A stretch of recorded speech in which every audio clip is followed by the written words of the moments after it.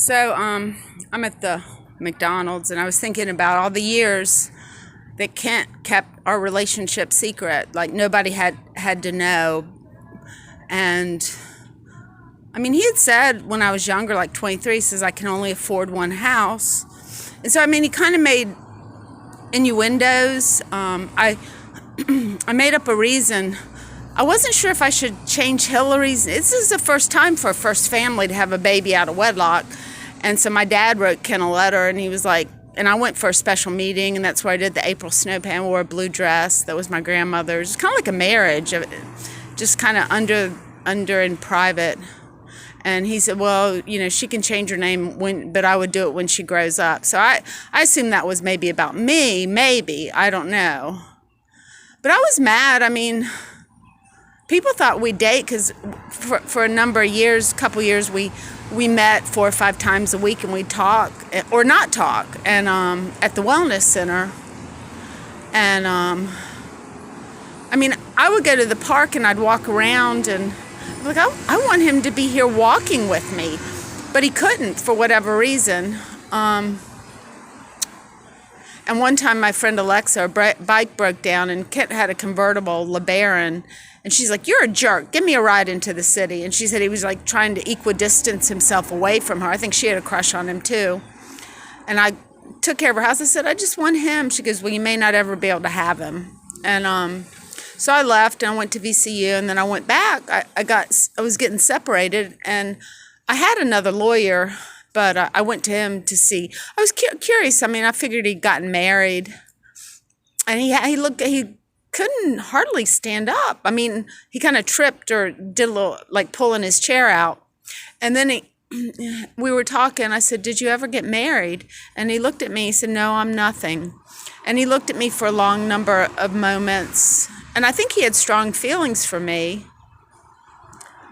But as I left, I kind of touched my belly, and he could barely hold it, like that. Like it was just a visceral reaction to being with a woman.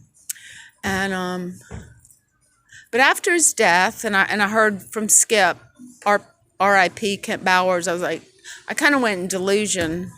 But Beth had gotten in touch with me, his sister, and she said there were some paintings and letters that he had kept, and she wanted to give them back to me.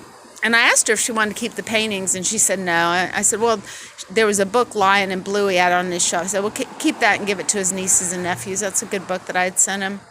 Kind of love that is love. It's just love. It's a lion and a butterfly.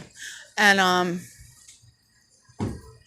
so my mom, because when he told me he had leukemia, I just went AWOL. I mean, I kept calling and quoting poets like Wuthering Heights, and I must have called his office 20, 30 times in one day because I was in bed. I was delusional. I couldn't believe I was going to lose him to leukemia right at the time that I thought we should be starting, because I'm an adult. I'm 40, and he's 52, the age I am today.